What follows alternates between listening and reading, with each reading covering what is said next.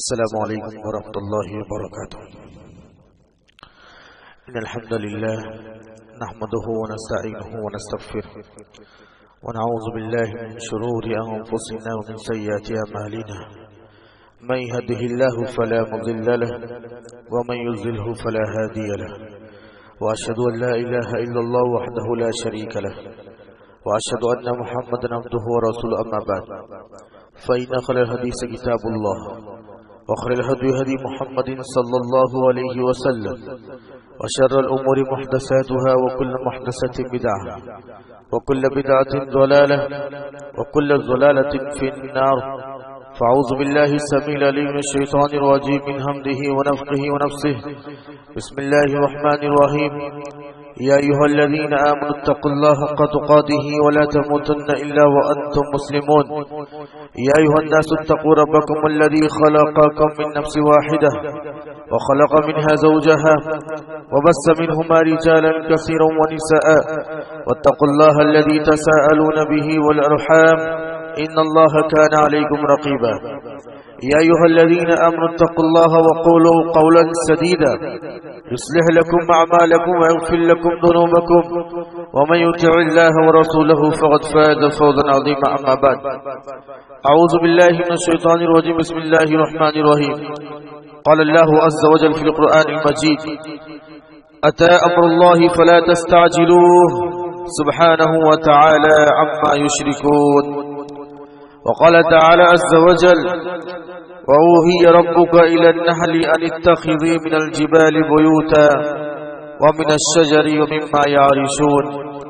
اللهم انفعني بما علمتني وعلمني ما ينفعني وزدني علما. اللهم إني أسألك علما نافعا ورزقا طيبا وعملا متقبلا. رب زدني علما. آمین. پیارے بزرگوں، نوجوان ساتھیوں، پیارے بچوں اور خواتین ملت، آج کے جمعہ خطبہ میں آپ لوگوں کے سامنے جس موضوع کو لے کر کھڑا ہوا ہوں وہ موضوع ہے سورہ نحل کے کچھ اسباق، کچھ تعلیمات آپ کے سامنے بیان کروں گا. کل رات تراویح میں ہم نے قرآن مجید سے 14ویں پارے کی تلاوت سنی.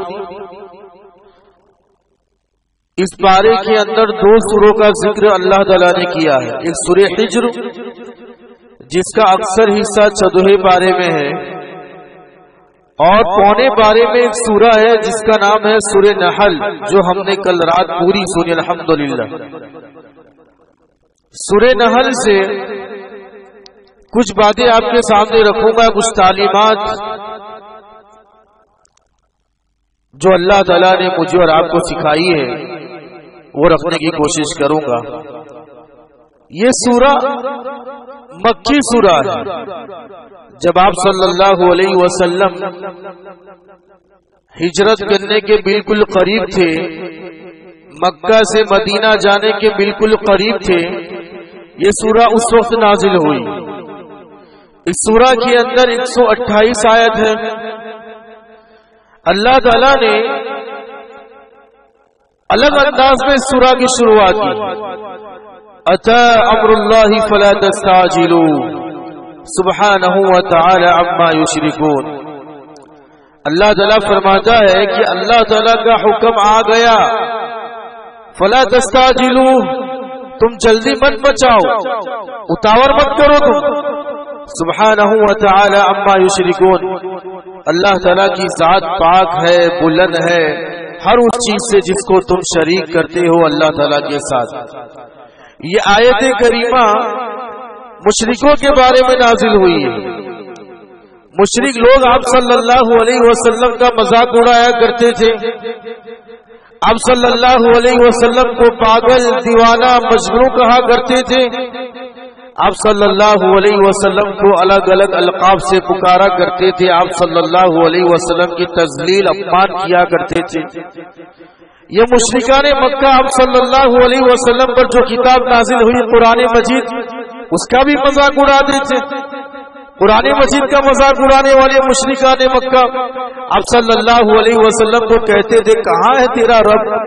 بڑی بڑی باتیں کرنے والا ہے تو، کہتا ہے کہ عذاب نازل ہوگا، ہماری پکڑ ہوگی، ہمیں عذاب سے دوچار ہونا پڑے گا.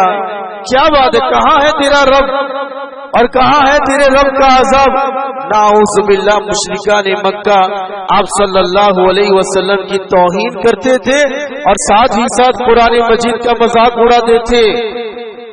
آپ صلی اللہ علیہ وسلم خاموش، جواب نہیں دیا. اللہ کے رسول نے 13 سال تک جب تک مکے میں رہے آپ صلی اللہ علیہ وسلم مشرکان مکہ کی باتوں کو سہتے رہے، سنتے رہے، اللہ تعالیٰ کی طرف سے جواب دہی کا انتظار کرتے رہے کہ اللہ تعالیٰ کی طرف سے جواب آنے والا ہے. اور یہ جواب آ گیا. اتا امر اللہ، کہہ دیجئے محمد اللہ تعالیٰ کا حکم آ چکا ہے، اب ڈرنے کی ضرورت نہیں ہے. آپ صلی اللہ علیہ وسلم کو اللہ کے نبی آپ صلی اللہ علیہ وسلم کو مکہ سے مدینہ جانے کی ہجرت ملی، آرڈر ملا کہ اب آپ نکل جائیے. آپ صلی اللہ علیہ وسلم مدینہ گئے اور صرف 1.5-2 سال کے اندر جنگ بدر ہوئی. اور جنگ بدر کے اندر بڑے بڑے قریش کے لوگ اور خاص کر یہ مذاق اڑانے والے مارے گئے، پکڑے گئے، ان کی گردن مار دی گئی. یہ مذاق اڑانے والے ابو جہل تھا، یہ مذاق اڑانے والا نضر بن حارث تھا. سورہ انفال کی آیت کریمہ تو اس پر دال کرتی ہے، اللہم ان کان ھذا ھو الحق من عندک فامطر علینا حجارۃ من السماء وائتنا بعذاب علیم. نضر بن حارث آپ صلی اللہ علیہ وسلم کو راستے میں تانا مارا کرتا تھا، اے اللہ تعالیٰ اگر تیرا کلام حق ہے، اے محمد اگر تو سچی کتاب لے کر آیا ہے تو کہاں ہے ہم پر پتھروں کی بارش برسانے والا؟ ہم پر پتھروں کی بارش کیوں نہیں ہوتی ہے اور ہمارے اوپر دردناک عذاب کیوں نہیں آتا ہے؟ یہ نضر بن حارث اور یہ ابو جہل آپ صلی اللہ علیہ وسلم کا مذاق اڑایا کرتے تھے. اس سورہ کے اندر اللہ تعالیٰ نے جواب دیا اور جنگ بدر کے اندر نضر بن حارث کو اور ابو جہل کو زبردست قتل کا سامنا کرو. قتل ہو گئے وہ لوگ، مارے گئے وہ لوگ. اللہ تعالیٰ کا حکم آ چکا. اس آیت کریمہ سے مجھے اور آپ کو نصیحت یہ ملتی ہے، کبھی بھی شریعت اسلامیہ کے آدیشوں کا مذاق نہیں اڑانا چاہیے. بورکھے کا مذاق نہیں، ٹخنے کے اوپر پہننے کا مذاق نہیں، داڑھی کا مذاق نہیں، قربانی کا مذاق نہیں، اذان کا مذاق نہیں، بوڑھے آدمی کا مذاق نہیں، مولانا کا مذاق نہیں، جبے کا مذاق نہیں، نمازوں کا مذاق نہیں، نذر و نیاز کا مذاق نہیں، صدقہ و خیرات کا مذاق نہیں، ہماری کسی بھی تعلیمات کا مذاق نہیں اڑانا چاہیے. اس حدیث اس قرآن آیت کریمہ سے ہمیں یہ نصیحت ملتی ہے، اللہ تعالیٰ کی طرف سے جو بھی عمل ہمیں ملا ہے، جو بھی تاکید ہمیں ملی ہے، ایک مسلمان ہونے کے ناطے، ایک مسلمان ہونے کے ناطے ہنستے ہنستے اسے قبول کرنا چاہیے، دل سے اسے اپنانا چاہیے، مذاق اور واویلا نہیں بنانا چاہیے. بہت بری بات ہے میرے بھائیو. بعض نوجوان بچے، بعض ہمارے چھوٹے چھوٹے بچے مذاق اڑایا کرتے ہیں ہماری تعلیمات کا. یہ بہت بری بات ہے. اللہ کی بنا ایسے لوگوں کو متنبع ہو جانا چاہیے، کیونکہ آپ صلی اللہ علیہ وسلم یہ آیت کریمہ ہمیں بتاتی ہے کہ ہماری کسی بھی تعلیمات کا مذاق نہیں اڑانا، نہ قرآن مجید کا بھی مذاق نہیں ہونا چاہیے، کسی بھی چیز کا مذاق نہیں ہونی چاہیے. نمبر 2، دوسرا پیغام اس سورہ کے اندر، یہ سورہ کا نام سورۃ النحل ہے. عربی کے اندر نحل کہتے ہیں شہد کی مکھی کو، شہد کی مکھی کو. اللہ تعالیٰ نے اس سورہ کے اندر انسانوں پر کیے جانے والی بہت ساری نعمتوں کا ذکر کیا ہے. ہم نے انسانوں کے لیے چوپائے بنائے، ہم نے انسانوں کے لیے سواری کا بندوبست کر دیا، ہم نے انسانوں کے لیے کپڑے کا بندوبست کر دیا، ہم نے انسانوں کے لیے کھانے پینے کا بندوبست کر دیا، ہم نے درخت بارش برسائی تاکہ انسان خوشحال رہے. بہت ساری قدرتیں اللہ تعالیٰ نے اس سورہ کے اندر بیان کی ہے. اس میں سے سب سے نمایاں جو اللہ تعالیٰ کی قدرت ہے وہ شہد کی مکھی ہے. اللہ تعالیٰ قرآن مجید میں فرماتا ہے وَأُوحِيَ رَبُّكَ إِلَى النَّحْلِ أَنِ اتَّخِذِي مِنَ الْجِبَالِ ہوتا. اللہ تعالیٰ نے پروردگار نے شہد کی مکھی کو حکم دیا, اے شہد کی مکھی تو اپنا گھر پہاڑوں پر جا کر بنا, وَمِنَ الشَّجَرِ تو اپنا گھر درختوں پر جا کر بنا, وَمِمَّا يَعْرِشُونَ تو اپنا گھر اونچی اونچی بلڈنگوں کی عمارتوں پر جا کر بنا. اور اس کے بعد باغوں میں چل, دور دور کر جایا کر, باغوں میں جا اور الگ الگ قسم قسم کے پھولوں سے رس چوس کر اپنا رس تیار کر, اپنے پیٹ میں ایک شہد تیار کر. یہ اللہ تعالیٰ کی بہت بڑی قدرت ہے. اللہ تعالیٰ قرآن مجید میں فرماتا ہے یخرج من بطونها مختلف الوان فیہ شفاء للناس. اللہ تعالیٰ شہد کی مکھی کے پیٹ میں شہد زبردست تیار کرتا ہے. الگ الگ قسم کا شہد ہوتا ہے. کہیں مکھیاں لال رنگ کا شہد تیار کرتی ہے, کہیں مکھی سفید رنگ کا شہد تیار کرتی ہے, کہیں مکھی کالے رنگ کا شہد تیار کرتی ہے. شہد کی الگ الگ قسموں کو اللہ تعالیٰ ان کے پیٹوں سے نکالتا ہے. اور اتنا ہی نہیں, اللہ تعالیٰ فرماتا ہے فیہ شفاء للناس, یہ شہد لوگوں کے لیے شفا کا کام کرتا ہے. شفا ہے میرے بھائیو, شہد یہ شفا ہے. آپ صلی اللہ علیہ وسلم کے بارے میں آتا ہے کان رسول اللہ صلی اللہ علیہ وسلم یحب الحلوى والعسل. بخاری کی روایت ہے آپ صلی اللہ علیہ وسلم کو میٹھی چیز بہت پسند تھی, حلوہ بہت پسند تھا. والعسل آپ صلی اللہ علیہ وسلم کو شہد بڑا بہت پسند تھا. آپ صلی اللہ علیہ وسلم فرمایا یہ شفا کے لیے بہت زبردست ہتھیار ہے, اس کو شفا کے لیے استعمال ہو جانا چاہیے, گھروں کے اندر استعمال کرو. اللہ کے رسول نے فرمایا تین چیزوں سے شفا, تین چیزوں میں اللہ تعالیٰ نے شفا رکھی ہے. نمبر 1 پشنا لگوانا, نمبر 2 شہد کے اندر اللہ تعالیٰ نے شفا رکھی ہے, اور نمبر 3 اللہ کے رسول نے فرمایا داغنے میں جو آنکھ سے داغا جاتا ہے اس پر بھی شفا رکھی ہے. لیکن آپ صلی اللہ علیہ وسلم نے اس علاج کے بارے میں کہا میں داغنے سے تم کو روکتا ہوں, یہ آنکھ سے اپنا علاج مت کیا کرو, یہ چائنیز علاج ہے, آپ نے دیکھا ہوگا نیٹ پر وغیرہ. آپ صلی اللہ علیہ وسلم نے اسے روکا ہے. آپ صلی اللہ علیہ وسلم کی حدیث ہے علیکم بالسنا والسنود فإن فيها شفاء من كل داء إلا السام. اللہ کے رسول نے لوگوں کو تاکید کرتے ہوئے فرمایا سنا ایک قسم کا پودا ہے, ایک قسم کا پودا ہے, مجھے پتا نہیں وہ گجراتی میں اسے کیا بولتے ہیں, نیٹ پر سرچ کر علیکم بالسنا, صحیح روایت ہے. ایک قسم کا پودا ہے جو شفا کے لیے استعمال ہوتا ہے, اور سنود کا معنی ہوتا ہے شہد. اللہ تعالیٰ نے شہد اور اس قسم سنا جیسے پودے میں شفا رکھی ہے. اور اللہ کے فَإِنَّ فِيهَا شِفَاءٌ مِّن كُلِّ دَاءٍ إِلَّا السَّامَ, صرف موت کے علاوہ ہر بیماری کی شفا اللہ تعالیٰ نے ان دونوں چیزوں میں رکھی ہے, ایک سنا اور ایک تو ہے شہد. اللہ اکبر. آپ صلی اللہ علیہ وسلم بیٹھے ہوئے تھے, بخاری کی روایت ہے. ایک شخص آتا ہے شکایت لے کر, اللہ کے نبی میرے بھائی کو دست ہو چکے ہیں, پیٹ خراب ہے اس کا. اللہ کے نبی بہت زیادہ پیٹ میں درد ہو رہا ہے, دست ہو چکے ہیں, لوس موشن ہو چکا ہے اس. اللہ کے نبی اللہ کے فرمایا کہ جا تیرے بھائی کو شہد پلا. وہ گیا, شہد پلایا, اور زیادہ طبیعت خراب ہو گئی. پھر آیا, اللہ کے نبی اس کی طبیعت اور خراب ہو گئی. آپ نے کہا شہد پلاؤ, میں نے شہد پلایا, اس کا پیٹ اور خراب ہو گیا. اللہ کے نبی اللہ کے رسول نے فرمایا جا دوسری مرتبہ جا شہد پلا. دوسری مرتبہ گیا, شہد پلایا, اور زیادہ طبیعت خراب ہو گئی. پھر واپس آیا, اللہ کے نبی اس شفا میں تو شفا نہیں ہے, اور اس کی طبیعت خراب ہو چکی ہے, اس کی حالت خراب ہو گئی. اللہ کے نبی اللہ کے رسول نے فرمایا اللہ تعالیٰ کا وعدہ سچا ہے.